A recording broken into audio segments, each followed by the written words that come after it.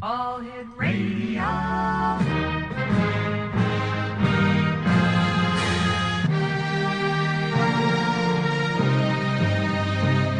Welcome to the X Zone, a place where fact is fiction and fiction is reality. Now, here's your host, Rob McConnell.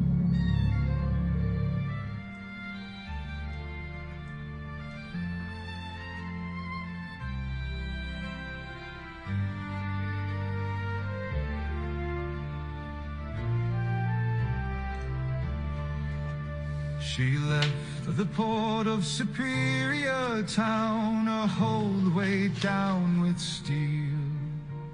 A proud old ship on the inland sea, with a heart of iron and keel. The winds, they whispered through November's chill as the skies began to moan, and the crew looked north through the gathering storm, far from their hearth and home. Oh, the lake was cold and the night was black, and the wind tore through her sails.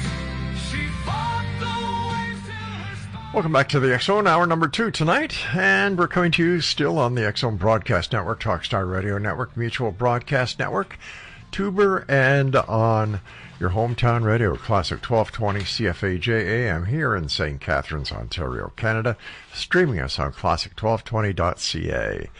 If you'd like to send me an email, xzone at xzoneradiotv.com, and on all social media sites, Xzone Radio TV. Well, our guest this hour is a man whose groundbreaking work has challenged the way science and spirituality interact. Matthew Alper, author of the internationally acclaimed book, The God Part of the Brain, explores one of humanity's oldest and deepest questions. Is our belief in God a product of biology or divine connection? Drawing from neuroscience, evolutionary psychology, and philosophy, Matthew presents compelling evidence that human spirituality may be a built-in survival mechanism and wired into our very DNA. His research has sparked debate among scientists, theologians, and believers around the world. Joining me now from Brooklyn, New York, is Matthew Alper to discuss the science behind faith, the biology of belief, and what it all means to the human soul. And Matthew, welcome back to the X Zone. Great seeing you, my friend. Lovely to see you again. Matthew, what was it that drove you to your book, The God Part? And the rather unique way that you look at it. Okay. Well, I think that I was a philosophical child, and I think that from the moment I understood death, and I was lying in my bed, maybe 5 years old, petting my cat, and I'd seen a couple goldfish flush down the toilet, for instance. You know, I'd hear hushed whispers when we would drive past cemeteries. And one night I was petting my cat, and it all kind of came together, and I was like, the cat's going to die. Like, she's not going to be here one day. I wasn't even thinking of me. I just thought, oh my God, I miss my cat already. And I ran with the cat to my mom, and I'm like, the cat's going to die. And she's like, what do you mean? The cat looks fine. I'm like, not today. You know, one day. And then it dawned on me that it was going to happen to all of us. And my mom, I think, just tried to calm me, and she, you know, offered me some very, you know, pleasant explanation of heaven, and we're all going to be in heaven. And I, you know, was a skeptical kid. My mom told me all sorts of stories to try to calm me down. And I was like, I don't know if I buy that one. And I'm certainly at least going to have to look into it. And then as I got older, the question never really subsided. I wanted to know, like, am I a spiritual being or am I a physical being? Am I here for another 50, 60 odd years, or am I here for all eternity? To me, that was the big question. You know, to heck with whether I want to be a doctor, a lawyer, or an artist. I want to know, like, what's going on here? What's my deal? So, you know, spent my teenage years studying a lot of science and philosophy and experimenting with psychedelic drugs and meditation, and kind of my philosophy was leave no stone unturned, just try to figure this out. And then it wasn't until later in my 20s, just kind of as a fluke of asking myself a question in a certain way, that a light bulb went off, and I was like, it's coming from in here. It's coming from in there. Well, let's start with the central premise here. What exactly do you mean by the God part of the brain? Right. So,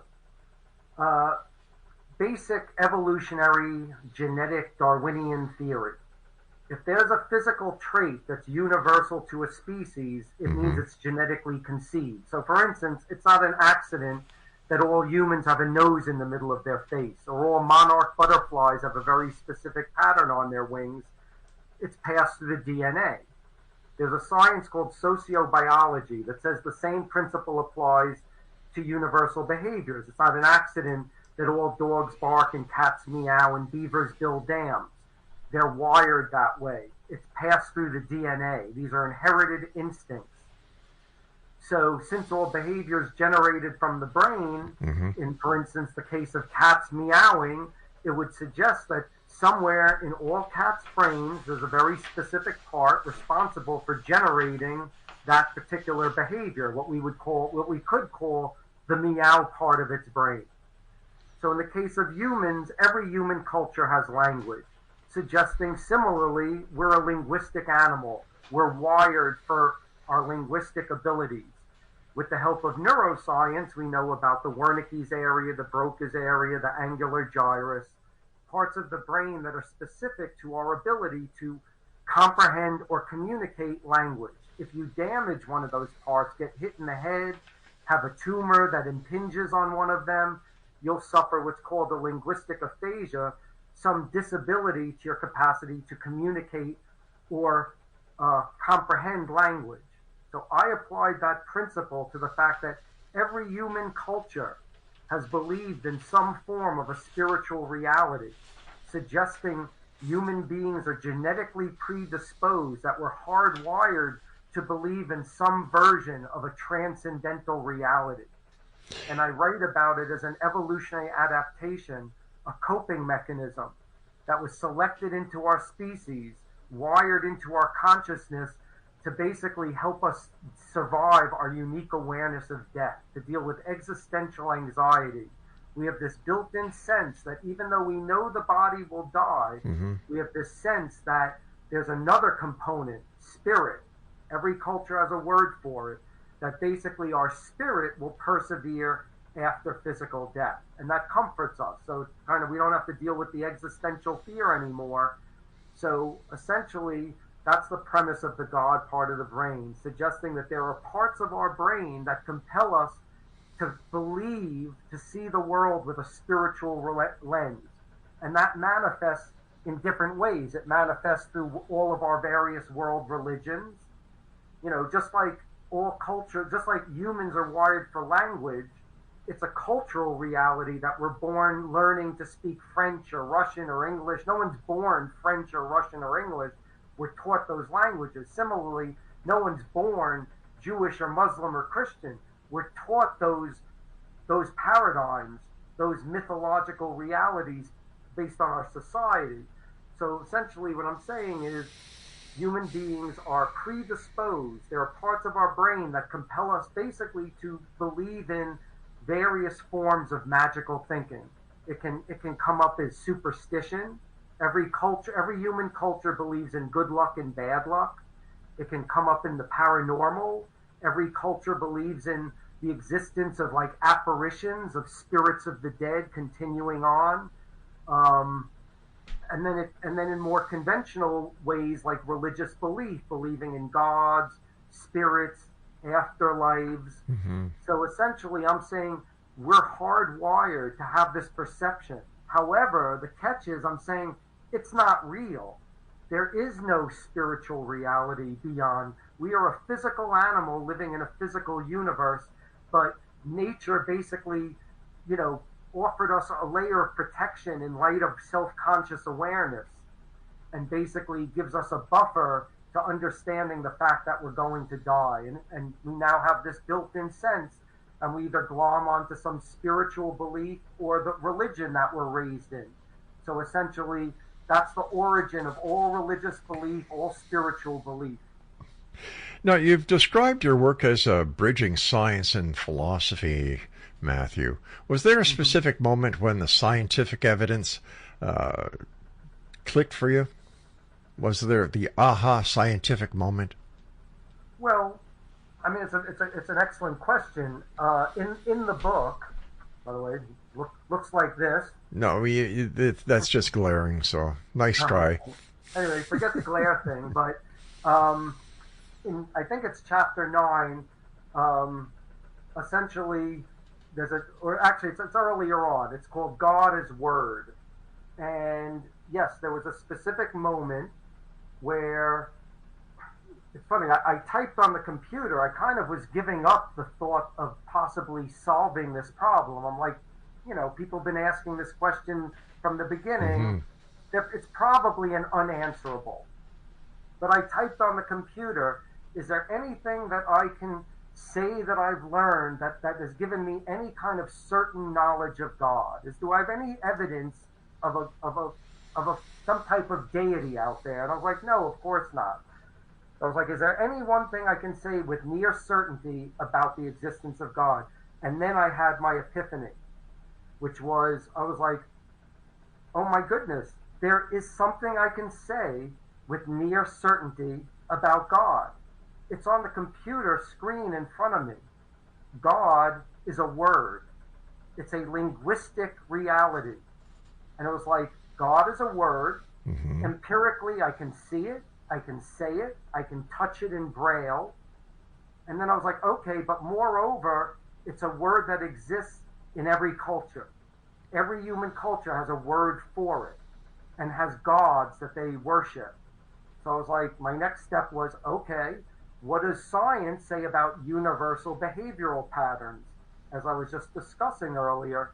And essentially, I made the connection. I was like, wow, it's a universal in every culture, meaning it's wired into us. It's coming from inside our brain. And when I made that connection, I wrote on a piece of scrap paper, I wrote the God part of the brain. I conceived of the title of my book that instant, and I pinned it into the corkboard above my computer, and I was like, I have to stop doing everything. I was living in Germany at the time, working for a film company. I just sold a screenplay to a film company, and this movie was being produced, and they offered me full-time work. I was going to live in Munich, and I told them, listen, I'm going back to New York. I have to write this book.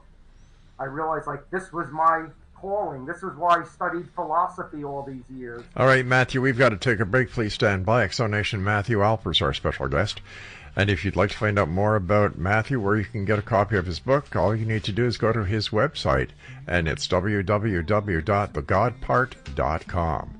This is the X-Zone. I'm Rob McConnell, and we're coming to you from the broadcast center of Relmar McConnell Media Company right here in St. Catharines, Ontario. And speaking about St. Catharines, we're being broadcast on your hometown radio, Classic 1220 CFAJ AM, right here in St. Catharines as well, and they stream us on classic1220.ca. We'll be back after the short break. Don't go away. Far from their hearth and home. Oh, the lake was cold and the night was black and the wind tore through her sails. She fought the waves till her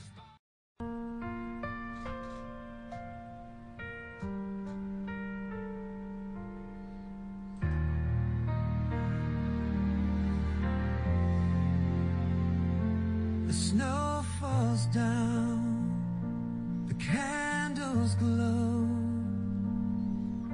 There's peace in hearts the world should know. A stranger smiles, a child believes, and love wraps softly like Christmas Eve. We open doors, we lend a hand. Together we learn to understand. Old friends call and bridges mend. Christmas turns our hearts again. If every day were Christmas, what a world this would be, where love and hope and kindness. Welcome back, everyone. Matthew Alper is my guest this hour, www.thegodpart.com. You know, do you believe that the need for spirituality is purely biological, or is there still a deeper, perhaps transcendent aspect to it? Well, I mean, the premise of my book is that it is totally biological. Now, how we interpret that experience, what you're talking about is the interpretation, like that there's a transcendent feeling behind it. But that's exactly what it is. It conjures feelings that we interpret as transcendent, and we are convinced as a result that there is more to this world, this life, our own personal existences than the purely physical. We know what the physical implies a mortal existence, and then we're worm food for all eternity we don't exist.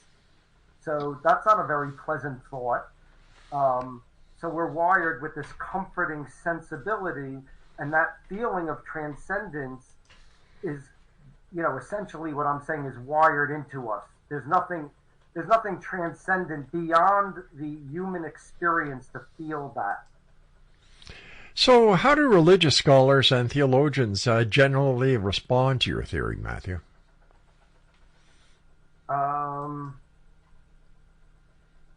Sometimes by some version of flipping me the bird. Other times they find it a really interesting take. It depends how open-minded they are. It's been a mix. I mean, obviously, if they're truly a theologian and they truly believe in whatever religion they represent or that they are preaching, there's a conflict in their beliefs over mine, because I'm telling them whatever it is they believe, it's not real. Whatever religion is they're practicing, all of that is some myth, some book they read, someone told them it's the truth, and they're buying into it as if it's some ultimate truth. But how do you know you're right and they're wrong, and that they're not right and you're wrong? Well, first of all, in terms of them being right, there's probably, since the conception of human beings, there's been like 1 billion religions and then another 1 trillion sects. So either only one of them is right and the other like trillion are wrong, or they're all a little bit off, because they can't all be right. They all have these conflicting moralities, conflicting gods, conflicting beliefs. Now, I don't have a crystal ball that tells me that I, unlike other humans, have some vision of truth. However, I tend to buy into the paradigm of science. Okay, so how does science prove that you're right and everybody else is wrong? That's an excellent question. And that's, a good chunk of the book is filled with a combination of, there's 4 scientific arguments that I put in the book. There's the sociobiological, which is the one that we discussed, where I said basically the mere universality, which suggests that it's in our wiring. But then there's the neuroscience. They've been putting people in various scans while they're meditating, while they're praying, while they're having religious experiences. They're charting what's happening in the brain. And we can synthetically stimulate a religious experience. As a matter of fact, it's what many native cultures have been doing throughout time. Most cultures have been using some version of a substance to induce a religious experience as part of their religious ritual. So basically, it's chemistry that's eliciting a religious experience. So that's basically what's called ethnobotany. All right, so let's just stop here for a second and let me ask you. All right, so, but what about those religious experiences where the person has not taken any chemical substance? And for example, you go to church on Sunday, you have 50, 60 parishioners, you all are there. You get this great feeling. You can feel the spirit. Things start happening, and no one here is even taking a sip of holy water, let alone any substance. So how do we explain that and compare it to those who take the substance in order to experience the feeling? So the substance is an add-on. There are certain chemicals that will elicit the experience. However, there are also behaviors that will elicit the experience. Certain meditation, certain types of dance, certain types of chant that will prompt parts of our brain to trigger to give us this sense of this transcendent sense that we feel. Now, the thing is, you have to also realize that every religion reports these experiences. If you go to the synagogues and the mosques and the Hindu temples and the Christian churches, all groups of people are having these experiences where they're gathered together, they chant together, and they leave feeling the spirit in them. Now, you've got the Christian spirit and the Jewish spirit and the Muslim spirit and the Hindu spirit, all these different groups with conflicting ideologies, none who would agree that the other's gods are real. But isn't it just a matter of interpretation on what or who God is when it comes to religions? Well, I don't think that the Pope would say that, because then he'd be saying we're on par with all religions. They're all the same. They're all equal. Like believing in Jesus is the same as believing in Zeus or Odin or Allah. Well, once again, isn't that just a matter of interpretation? Because when you look at Greek mythology, Christianity follows it very closely. In certain ways, absolutely. Yeah. There are definitely parts of the myth that were borrowed, for sure. I mean, in every Greek myth, what does Zeus do? He comes down, he sleeps with a mortal woman, and he has a demigod. Well, that's not, well, okay. I mean, that might not have been what you were talking about, but there's a lot of overlap in the stories, but those are just mythologies passed down. But, so look, the thing is, I can't show the existence of Zeus or Allah or Odin or Jesus. But what I can do is I can show you scans of people's brains that show when they have these types of experiences, regardless of what they believe in, the same thing is happening in the brain. Suggesting, again, that it's a neurophysiological experience as opposed to some actual truth. So, I can't speak for the truth, but I can only show you the scan that says, all right, when we have this type of religious experience, something very specific is happening in a very specific region in the brain. Okay. As a matter of fact, we can even trigger that experience electrically or with chemicals that will elicit a similar experience where the person will feel connected. There are types of epileptics. They're called temporal lobe epileptics. During their seizures, they have very intense religious experiences, and they basically report these experiences. And historians have calculated that everyone from Joan of Arc, Muhammad, Paul, were all epileptics. That there's things in historical writings that would suggest that they suffered from epilepsy. And we know there's a type of epilepsy that triggers these intense religious experiences where people feel like they saw some god. And they often create religions out of these experiences. But again, it's just a manifestation of a seizure, a phenomena happening in the brain. Okay, but let's take a look at, talking about historical events, let's take a look at the Lady of Fatima. Thousands. I'm not familiar. You're not familiar? The Lady of who? Our Lady of Fatima in Portugal. Tell me about the Lady of Fatima. Where thousands of people saw the Virgin Mary. Thousands. It's impossible that you have thousands of people having an epileptic seizure at the same time. Listen, I just saw an article. This is maybe, you could probably Google it. Maybe some of your guests have discussed it. But apparently in the Philippines over the summer, there was a cloud formation. That people interpret it as, if you look at the pictures, you could see how it could be like, a man with a beard. Mm-hmm. Anyway, people were prostate in the Philippines. Tens of thousands of people looked up and were convinced. Now, the thing is, if you go to a Muslim country, they're not going to see Jesus. They're going to see Muhammad in the sky. Right. So you have to wonder, there's a cultural relativity to all of our beliefs.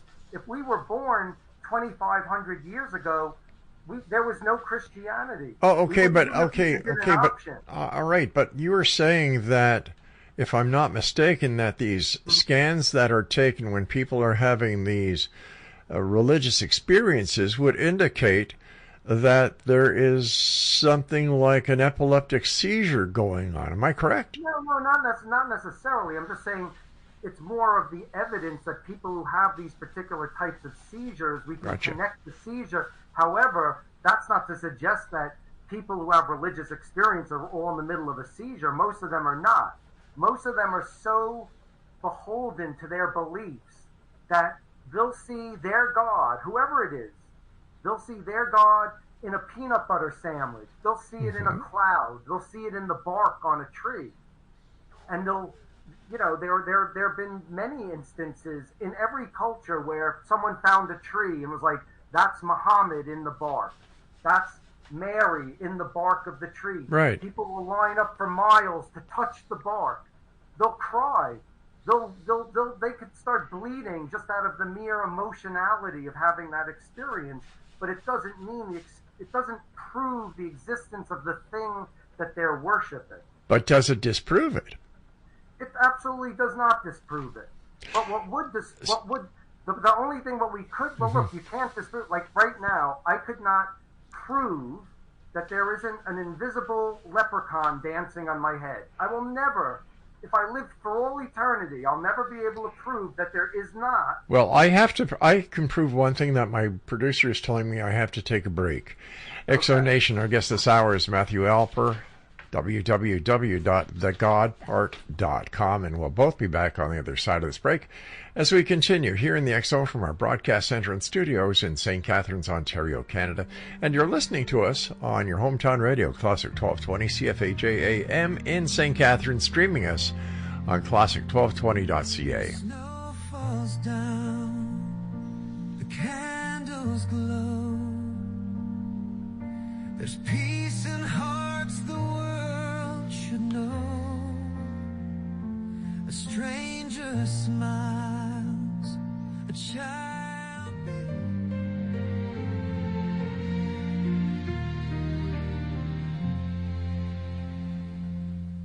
When the snow is gently falling, covering the ground, and the laughter of the children is the sweetest sound. There's magic in the air as the evening starts to glow. With our hearts wide open, it's the time we let love show. We gather round the fireplace, sharing tales of old, of Christmases remembered, of warmth against the cold. It's a season of togetherness with hope that won't depart.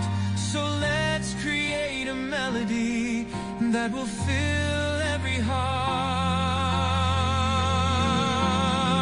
Let the sleigh bells ring, hear the chimes so clear. Matthew Alper is our guest this hour, Exonation, www.thegodpart.com. So, what does it matter if people believe in God, or if people believe in Allah, or if people look up in the sky and they see a cloud formation that reminds them of Jesus? What does it harm them? Well, first of all, I'm not necessarily seeking to attack the people who believe.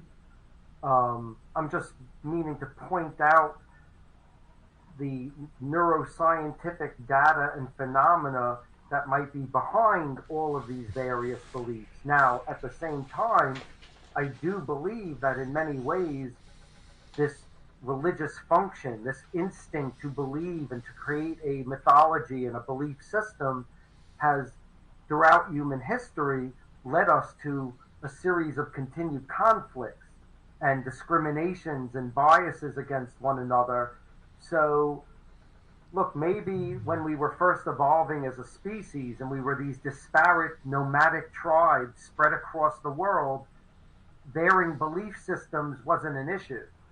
But once we started like living amongst one another, and our belief systems were now kind of overlapping geographically, it seems like it keeps compelling us towards these tribalistic behaviors, which lead to hatred, killing thy neighbor, war. So, unfortunately, with most religions, if you don't believe in that particular paradigm, you're seen as someone who's going to go to hell. You are inherently a sinner.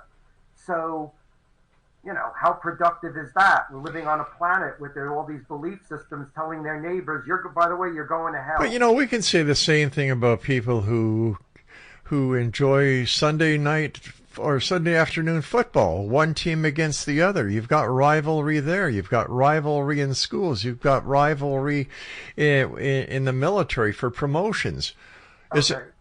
Sure. But it's one thing to say your football team sucks. Yeah. It's another to say your God sucks. Why? And you are a soulless being, because the only way to have a soul is to believe in my God. So what's the difference?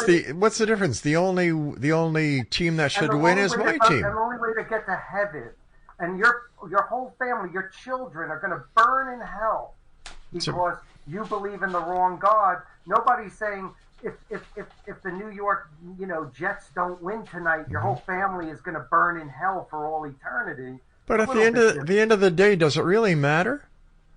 Does it really matter? I think it matters because, sure, people have gotten into bar brawls over their favorite football team, but I've yet to see countries lead out an army of tens of thousands to slaughter their neighbors in the name of a football team or a baseball team. But when was the last time, Matthew, that a country went to war with millions and millions, with thousands of people against another country who didn't believe in the same God or the same deity that they believed in? I don't know. Look up how many people died at the hands of jihadists in the last year, 10 years, 9/11, Iraq, Afghanistan. It's not like it went away. I mean, sure, it hasn't been a crusade, right, where like the armies of Europe assembled and marched across all of Europe to go kill their neighbor, someone on the other side of the continent. But religious war, religious hatred, and murder of one religion over another, that never dwindled at all. Like I said, if we just look up how many jihadists died, let's look at it another way. You had Hitler who killed so many Jews, and that wasn't religious. Well, it actually was. He had convinced it wasn't based in a conventional religion. He wasn't like, we're doing this in the name of Muhammad or Jesus or anyone like that. However, his whole basis was based in this notion that, what was it, the Siegfried tales, this notion that the Germans go back to a super race connected, that they are born from gods, that they are a super ethnic race of people. And basically, Hitler had a cult. That's the difference. An individual can have a cult, and it's utilizing the same instincts that draw people into religion. The need to feel that they belong to some belief system that they feel empowers them, especially if they're feeling particularly disempowered, like the Germans did after World War I, where they, and I'm not excusing what they did by any means, but the Germans were the victims of, French punitive, damages after World War I, and they were a suffering people, which made them very vulnerable to a clown demagogue who fed them nonsense and marched them to their deaths. But it was the same kind of religious behavior. There are religious behaviors that happen in any number of forms that don't necessarily reflect on the conventional religions we're most familiar with. But Hitler had convinced those people that they were a super race connected to Siegfried, an ancient god.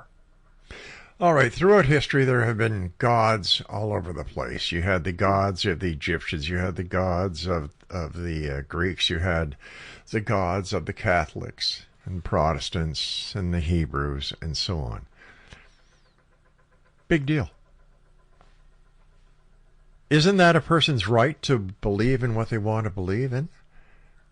Again, I'm not, as far as rights go, I am by no means advocating that religion should be made illegal and people who believe in some god should go to prison or be punished in any way. Again, all I'm really trying to do is illustrate that it's very possible that the fact that we all tend to believe in these various gods is because we're wired that way. And if we are wired that way, if it is an instinct, perhaps we should look into the instinct, and perhaps we can use that knowledge to tone down the more destructive elements of our beliefs. Because unfortunately, at the end of the day, yes, believing in the various belief systems that most of us do has caused conflict, has caused homophobia, misogyny. But it's also produced loving neighborhoods, people who do good for others. The aspects of community, working within a community, helping the poor, feeding the hungry, housing the homeless. That is brought on by religion as well. So, again, I'm not universally condemning religion. Okay. I'm trying to put a spotlight on the fact that it's possible that what we believe isn't real, okay, but that we're wired to be prompted to find a belief system and glom onto it, usually the one that our parents told us was the truth, which we then accept because we didn't know any better, but essentially that it's a human phenomena. But what about the people?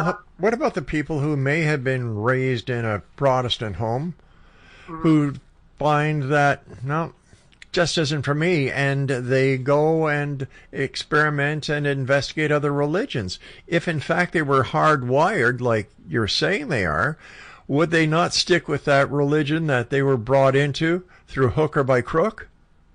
No, not necessarily. They're wired to believe in something, but let's say for whatever reason their childhood didn't sync what they learned in childhood, or their own personal predispositions don't align with certain belief systems. I think it's a normal human function throughout all cultures that something like 15% of people immersed in some belief find a differing belief with the same passion, just a different dogma.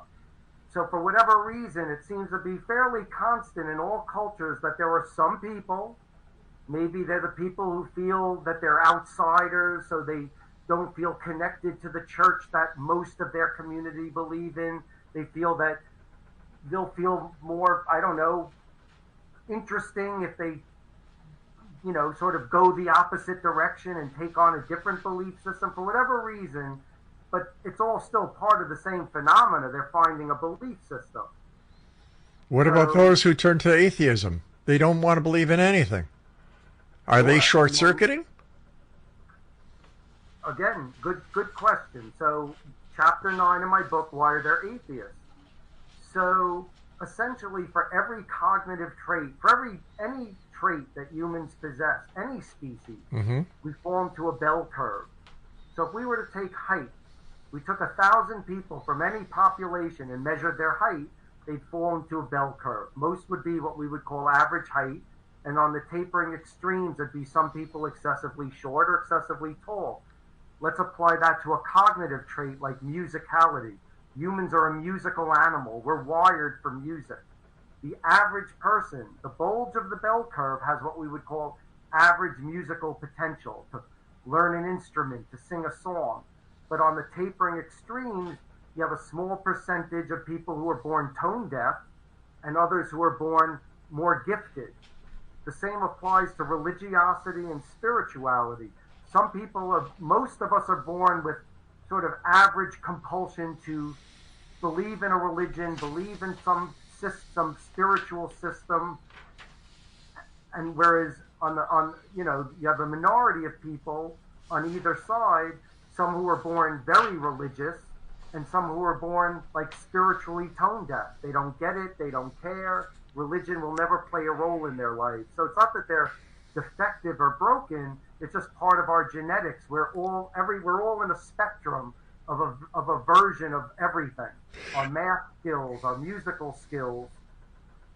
I've got to take a break, but before I go, can I use this example of the bell curve to try to understand this, that the person who is an atheist is at one end of the bell curve, and a person who dedicates themselves to serving their religious leader, for example, nuns and priests, are at the other end of the bell curve, and the average parishioner is smack dab in the middle. More or less. I mean, all right. Again, there's always an environmental factor, but yes, for the most part, that would describe where people would fall.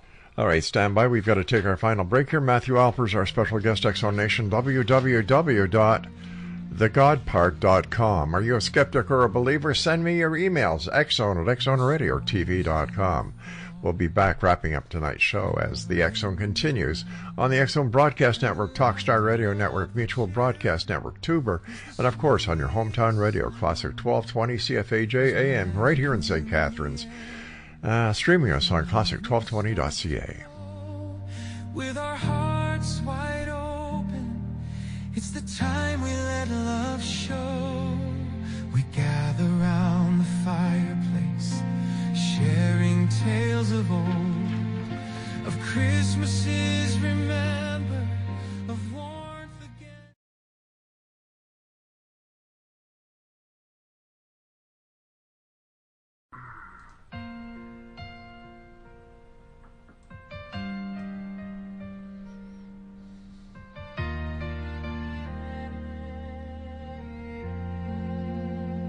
2,000 years have come and gone since that star first led them on. From Bethlehem to hearts of men, my story's told again and again. The candles glow, the choirs sing, and still they search for what I bring.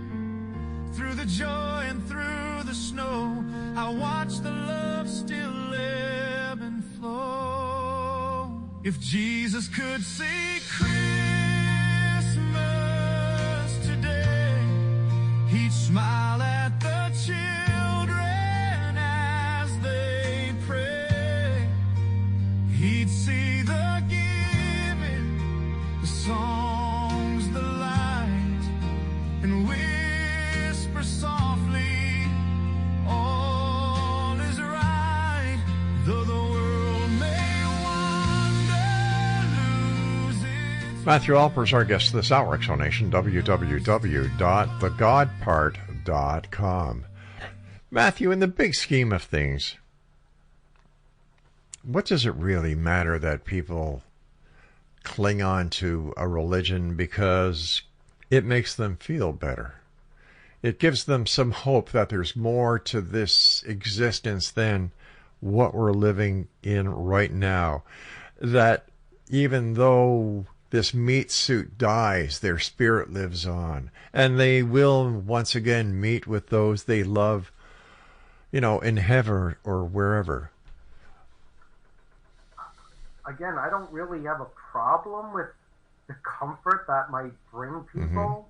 I wish that there was a way that sort of all the world's cultures and religions could somehow confer and come up with some universal paradigm where there isn't like the same amount of love that gets spread and comfort that gets spread for these beliefs that also propagates the amount of hate that it does and antagonism. And if there was a way for humans to come up with some universal belief system, for instance, where it didn't involve hating thy neighbor or hating the person who believed in something other than what you do, I would have much less of an issue with it. But again, as far as anything that provides comfort, I don't have an issue with that. But, if everyone looked the same, thought the same, dressed the same, prayed the same, believed the same, wouldn't this be a very boring world? Well, if you think war and genocide are kind of exciting, like add spice to life. Oh, okay. Now hold on here. You seem to be on a tangent or a mission that you keep on pointing out war and violence. Why? Because I see too much negativity coming out of the world's belief systems. I see less love. I see a lot less love thy neighbor than, honestly, in my experience, I think I see more hate thy neighbor, alienate thy neighbor. Have you ever been the target of hate? Not really, not personally. But, I used to be a history teacher. I studied world cultures. Yeah.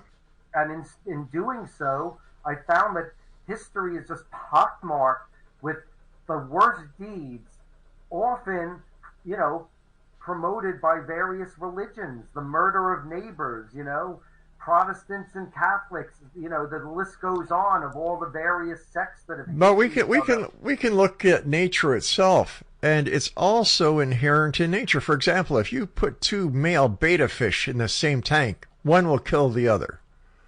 And there's other examples of the animal kingdom where you have the same thing, the insect world where you have the same thing. So it's just not inherent in humans. This is a natural trait. So what you're saying is humans shouldn't strive to be above the insect? Oh, sure they should. Sure they should. What are you doing? What are you doing to make this a better world besides writing your book?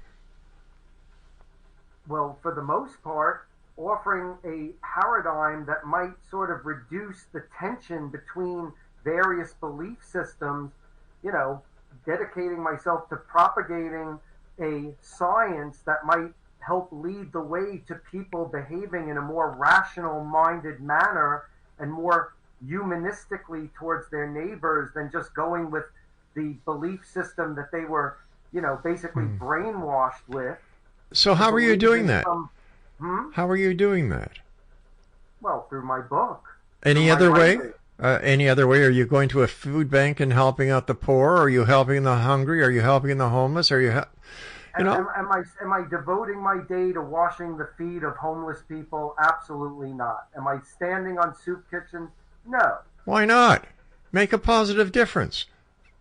Well, I make a positive difference in my own ways with the people in my world, but, I think that, do I need to be standing online serving? Look, I spent years of my life as a teacher in the projects of Brooklyn, basically teaching underprivileged kids. Okay.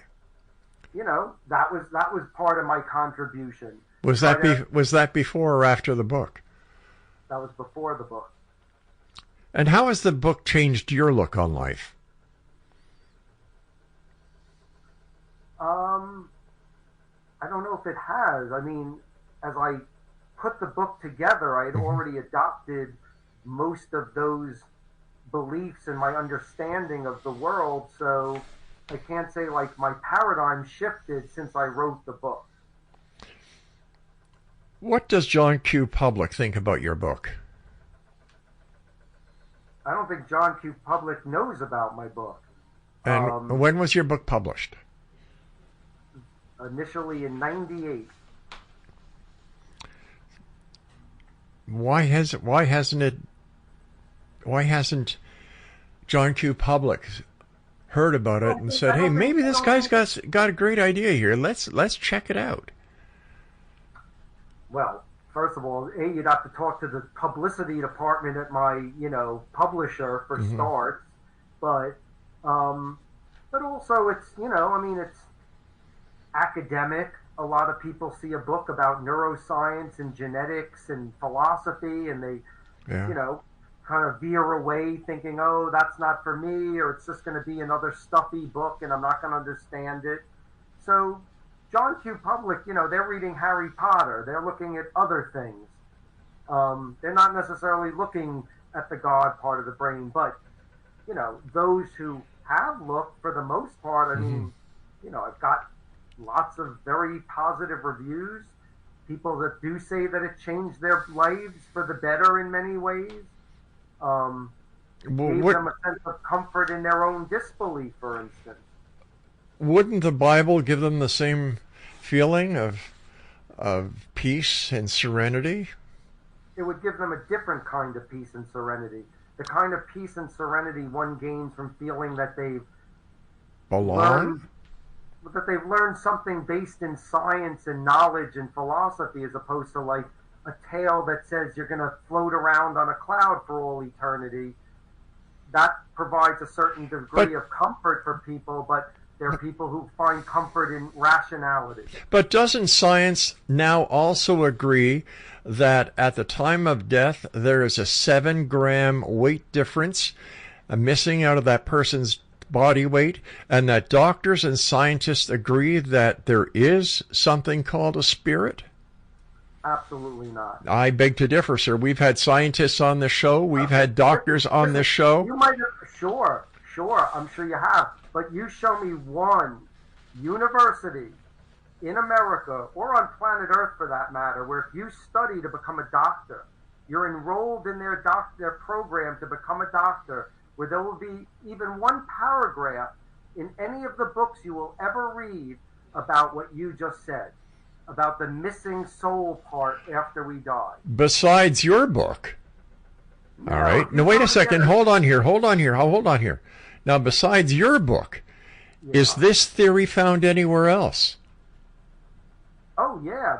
If you can go to Columbia University, which is an Ivy League school, and you can now major in neurotheology, the science of the underlying neurophysiology behind spiritual and religious consciousness. You can major in this field of science. My book was the first. There's about 1,000 books about the biology of belief, the neuroscience of belief. Literally hundreds. And what have they accomplished? And what have these thousands of books accomplished? Have they made the difference that you're all saying that should happen, that because of religion there are so many, throughout history? I don't expect to move the needle. See, here's the thing. Humans are wired. You can't screw with nature. So I believe that humans are wired to believe in things. That there's no way we could ever eradicate that beliefs, that need to believe. We will never eradicate beliefs in the supernatural, in superstition, in good luck, in bad luck. So I'm really just, I'm kind of speaking to a very particular crowd who are open to embracing new scientific ideas. But do I expect to move the needle or change human nature? No. So you don't believe in Santa Claus then, huh? I'm one of those grumpy Ebenezer Scrooge types. Do you have any children? No. When you were a teacher at school, did your children, your students ever do Christmas stuff? Did they put a tree up? Did they do Christmas decorations in the classroom? Yeah. Did you? No. No, eh? Why not? Because that's not my place. And they're children. But that's what you believe. I believe all sorts of things that I might not think are appropriate to talk about in front of children, be it my politics or my religious beliefs. That's not my place. These were fifth graders, 10 and 11-year-olds in the projects of Brooklyn, and then they were high school students for history. Right. And plus, it's not my place. We've got about 50 seconds left. What message would you like to leave with the X Zone Nation tonight? Well, I would like to just leave that, if it seemed like in any way that I have an antagonism towards anyone who believes in anything, I don't. What I would like people to realize is chances are what they believe they only believe it because it's what they were taught as a child. And they could have easily been switched at birth and they'd be believing in something else now. So to accept the relativity of their beliefs and try to maybe use that to be more tolerant of those who believe other things. Matthew, thank you so much for joining us tonight on X Zone Nation. If you'd like to find out more about our guest this hour, Matthew Alper, visit his website, thegodpart.com. I'll be back tomorrow night at 10 o'clock as once again we cross the time-space continuum to this place that I call the X Zone. It's a place where people dare to believe and dare to be heard. It's a place where fact is fiction and fiction is reality, and I'm telling you, I believe in Santa Claus. I believe in people. I believe that we are all good at heart. Yes, there are the bad apples, but even a bad apple, you take the seeds out, you plant that seed, you'll get a good apple tree. So until tomorrow night, my friends, always remember to keep your eyes to the sky and your heart to the light. Good night, everyone. Though the